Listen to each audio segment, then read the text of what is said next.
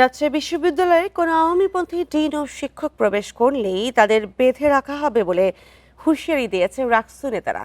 এমন হুমকির সমালোচনা করে বিএনপিপন্থী শিক্ষকরা বলেছেন, কেউ অন্যায় করলে তার শাস্তি হবে, কিন্তু শিক্ষকদের বেঁধে রাখার বিষয়ক বক্তব্য অপ্রত্যাশিত। এদিকে বিশ্ববিদ্যালয় কর্তৃপক্ষ বলছে, রাকসু নেতাদের এমন বক্তব্যের প্রভাব পড়বে শিক্ষা কার্যক্রমে।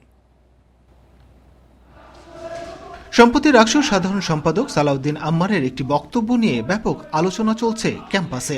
আম্মার হুঁশিয়ার দিয়ে বলেছেন, বিশ্ববিদ্যালয়ে আওয়ামী লীগপন্থী ডিন ও শিক্ষকদের ক্যাম্পাসে প্রবেশ করতে দেয়া হবে না। তারা কেউ প্রবেশ করলে ক্যাম্পাসেই বেঁধে রাখা হবে। বিশ্ববিদ্যালয়ে আওয়ামী ফ্যাসিবাদের মদতপুষ্ট কোন শিক্ষক কর্মকর্তা কর্মচারী যদি চাকরি করে, তাদেরকে আগামী রবিবার থেকে কলার ধরে টেনে টেনে আমরা প্রশাসনিক ভবনের সামনে বেঁধে রাখবো।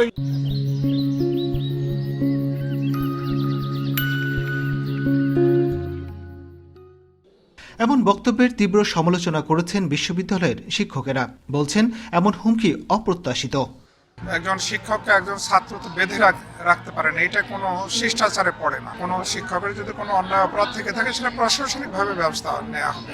এখানে কোনো ছাত্র এককভাবে দায় দায়িত্ব নিতে পারে বলে আমি মনে করি। রাকসুর সাধারণ সম্পাদক উনি যেটা বলছেন, আসলে ওইটা আইনগত ভিত্তি আছে বলে আমি মনে করি না। কেউ সেরকম দোষী হয়ে থাকে তাহলে সেটা সুনির্দিষ্ট আইনের ভিত্তিতে আইনগত পদক্ষেপ নেওয়াটাই হচ্ছে যৌক্তিক কাজ।